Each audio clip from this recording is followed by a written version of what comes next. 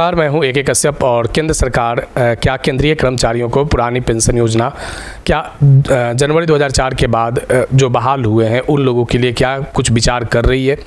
दूसरा बड़ा महत्वपूर्ण क्वेश्चन यह है कि क्या जो पेंशन स्कीम को लेकर जो पेंशनर्स हैं क्या उनके पेंशन में क्या डिले हो रहे हैं, क्या यूपीएस में जो लोग ने यूपीएस को ऑप्ट कर लिया है क्या वे लोगों का पेंशन अभी चालू नहीं हुआ है, क्या केंद्र शासित प्रदेशों में जो पेंशन स्कीम में एनपीएस या यूपीएस में है क्या वे लोग भी पेंशन की समस्या से जूझ रहे हैं, क्या राज्य सरकार ओपीएस को केंद्र सरकार से अलग हटकर क्या रीस्टोर कर सकता है।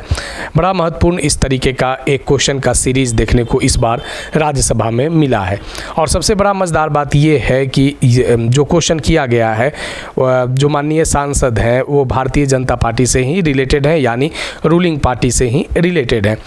प्रश्न जो किया गया है वो फाइनेंस डिपार्टमेंट से किया गया है और ये लगभग एक बड़ी संख्या में केंद्रीय कर्मचारी और पेंशनर्स के लिए कुछ बड़ा महत्वपूर्ण यहाँ पे विवरण को मांगा गया है। तो आखिर इस वीडियो में हम लोग इसी विषय पे चर्चा करेंगे कि कौन कौन से ऐसे प्रश्न राज्यसभा में इस बार उठे हैं जो केंद्रीय कर्मचारी और पेंशनर्स के लिए हैं।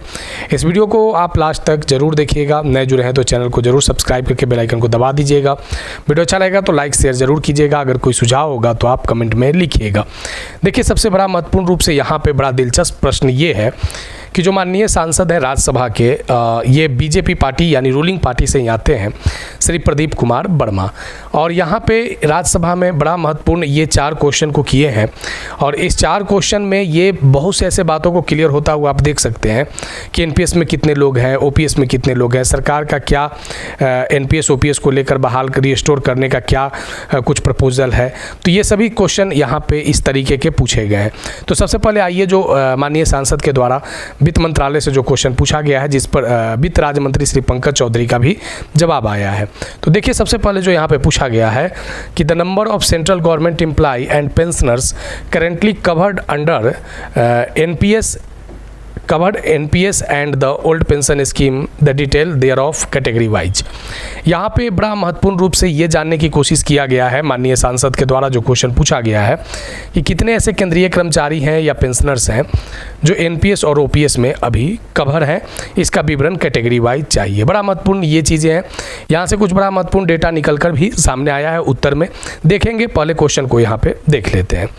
सेकेंड नंबर यहाँ पे क्वेश्चन पूछा गया है कि कितने ऐसे केस हैं जो पेंशन पेमेंट को लेकर जो अभी भी विगत 3 सालों से डिले चल रहे हैं।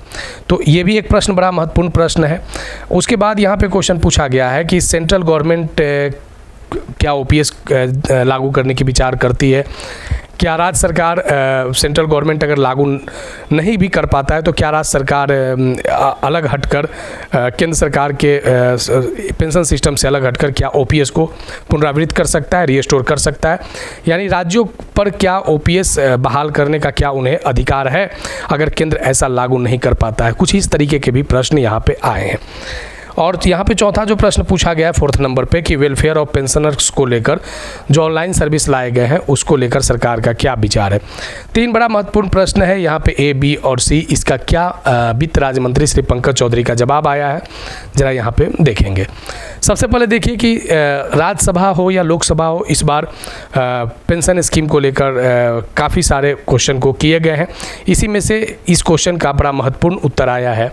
देखेंगे यहाँ पे कि जो नेशनल पेंशन स्कीम का जो डेटा आया है वो 31 जनवरी 2026 तक यहाँ पे जो 49,802 पेंशनर्स का चर्चा हुआ है कि एनपीएस में 31 जनवरी 2026 तक एनपीएस में 49,802 ही पेंशनर्स अभी तक पेंशन स्कीम में है। यानी ये पेंशन स्कीम वो पेंशन स्कीम है जो 40% एन्युटी के आधार पे आपको पेंशन मिलता है एनपीएस में। ओल्ड पेंशन स्कीम में आइए तो यहाँ पे देखिए कि लगभग जो सरकार ने डेटा दिया है कि 69 लाख लोग यानी 69 लाख लोग अप्रॉक्स जो है ओपीएस में कवर हैं। तो इस तरीके के अगर ओपीएस के तुलना में अगर एनपीएस को अगर आप देखेंगे तो बहुत कम संख्या में अभी लोग एनपीएस से सेवानिवृत्त हुए हैं केंद्र सरकार के सेवाओं से। लगभग 49,802 ही का डेटा है क्योंकि एनपीएस जो आया था केंद्र सरकार में वो 1 जनवरी 2004 के बाद आया था और अभी एनपीएस को लगभग आए हुए अगर आप देख सकते हैं तो 21 साल कंप्लीट हो चुके हैं। देखिए यहाँ पे एक बड़ा महत्वपूर्ण नंबर जो क्वेश्चन पूछा गया था कि क्या पेंशन फंड को लेकर क्या पेंशन फंड पीएफआरडीए जो है PFRDA जो है या जो सरकार है, तो सरकार जो दे रहा है वो OPS के तहत पेंशन दे रहा है। PFRDA 2 पेंशन स्कीम को चला रहा है, कि NPS को और एक UPS को। तो यहाँ पे कहा गया सरकार के तरफ से कि ऐसा कोई रिपोर्ट नहीं है कि नेशनल पेंशन स्कीम में जो मंथली पेमेंट मिलता है, जो एन्यूटी का 40% है, तो उस पर किसी भी प्रकार का कोई भी क्लेम है या कोई भी कंप्लेन है कि किसी को मंथली पेंशन नहीं मिल रहा है। ऐसा NPS में एक भी केस नहीं है। यानी NPS में जो लोग लगभग केंद्र में 49,802 लोग जो सेवानिवृत्त हुए हैं, इन लोगों का पेंशन में किसी भी प्रकार का कोई डिले नहीं है।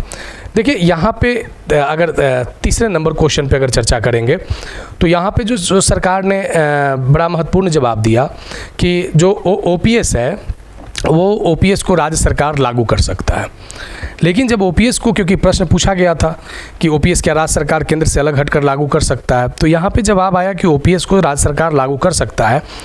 लेकिन एक बड़ा महत्वपूर्ण और दिलचस्प इसके साथ कुछ महत्वपूर्ण लाइन को भी जोड़ दिया गया कि जो कैग का रिपोर्ट आया है, उस रिपोर्ट के आधार पर जो राज्य की जो फाइनेंशियल ऑडिट रिपोर्ट है वह इस स्थिति में नहीं है कि पुरानी पेंशन स्कीम यानी जो CCS पेंशन रूल 1972 के तहत जो प्रावधानित रहा था 50% पेंशन और प्रत्येक 6 माह पे जो DA की जो सुविधा 1 जनवरी 2004 से पहले जो पॉइंट थे उन लोगों को जो दिया जाता था, यानी अब राज्य सरकार की वैसी स्थिति नहीं है कैग के रिपोर्ट के अनुसार कि वो OPS के सभी शर्तों को लागू कर सके। ये केंद्र सरकार का राज्यसभा में वित्त राज्य मंत्री श्री पंकज चौधरी का आंसर आया है। अब आप इसे समझ सकते हैं कि क्या सच में राज्यों के पास OPS को लागू करने के लिए क्या कैग के रिपोर्ट के आधार पर क्या उनकी फाइनेंशियल कंडीशन सही नहीं है। अगर इस तरीके की अगर रिपोर्ट की चर्चा राज्यसभा में होता है तो केंद्र तो OPS से वंचित कर ही रहा है केंद्रीय कर्मचारियों को, राज्य भी OPS को बहाल बिल्कुल। अगर आप इस तरीके के अगर क्वेश्चन अगर वहाँ पे आंसर अगर आ रहे हैं तो इससे ये तय माना जा सकता है कि राज्य में भी OPS की बहाली जो है वो ठंडे बस्तों में जा सकती है। अब देखिए यहाँ पे कुछ और यहाँ पे बातों को मेंशन किया गया है कि जो सेंट्रल गवर्नमेंट के जो एम्प्लॉई हैं उन लोगों का जो 1 जनवरी 2004 से इन लोगों का जो पेंशनरी बेनिफिट जो है वो आपके कमेटी के माध्यम से जो NPS कमेटी है उसके माध्यम से इन लोगों को दिया जा रहा है। इसके बाद कहा गया कि उसमें पूछा गया था कि रिफॉर्म्स को लेकर क्या पेंशन स्कीम में रिफॉर्म्स को लेकर क्या कुछ बातें हुए हैं, तो यहाँ पे इसका भी जवाब आया है कि NPS में रिफॉर्म्स को लेकर UPS को इंट्रोड्यूस करवाया गया था। और यहाँ पे जब UPS को जब इंट्रोड्यूस करवाया गया तो OPS में बेनिफिट्स को डिफाइन किया गया है। अब यहाँ पे बातें ये हैं कि कितने ऐसे लोग हैं जिनको UPS में पेंशन मिलना शुरू हो गया है।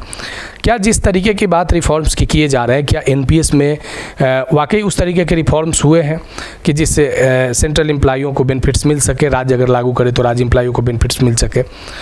तो केंद्र सरकार का जो जवाब आया है इस NPS और OPS को लेकर कि राज्यों की जो वित्तीय स्थिति है वो उस तरीके का नहीं है कि वो OPS को पुनरावृत्त कर सकें। और यहाँ तक की बातों को मेंशन कर दिया गया है कि NPS जो है वही राज्य के सेहत के लिए अच्छा है, OPS राज्य की फाइनेंशियल सेहत के लिए अच्छा नहीं है। अब ये इस तरीके की बातें राज्यसभा में इस बजट सेशन में आंसर के तौर पे देखने और सुनने को मिला है। केंद्रीय कर्मचारियों का जो पुरानी पेंशन योजना को लेकर जो भविष्य है वो अब लगता है कि अधर में जाने वाला है, क्योंकि सरकार का अभी तक वैसा कोई मंतव्य नहीं आ रहा है जिससे 1 जनवरी 2004 के बाद जो लोग सेंट्रल एम्प्लॉय के तौर पे जो कार्यरत हुए हैं उनके लिए कोई बेहतर बेनिफिट्स OPS के तहत कोई प्रावधानित करे। ऐसा बिल्कुल देखने को नहीं मिल रहा है कि सरकार का जो विचार है वो केंद्रीय कर्मचारियों के रिलेटेड OPS के पक्ष में है। तो आने वाले समय में हम अगर इससे संबंधित कुछ और अगर बातें आएंगे OPS NPS से रिलेटेड तो ज़रूर हम चर्चा करेंगे। वीडियो अच्छा लगा है तो लाइक शेयर ज़रूर कीजिएगा। अगर कोई सुझाव होगा तो आप कमेंट में लिखिएगा। मिलेंगे आगे नेक्स्ट वीडियो नेक्स्ट टॉपिक में। धन्यवाद।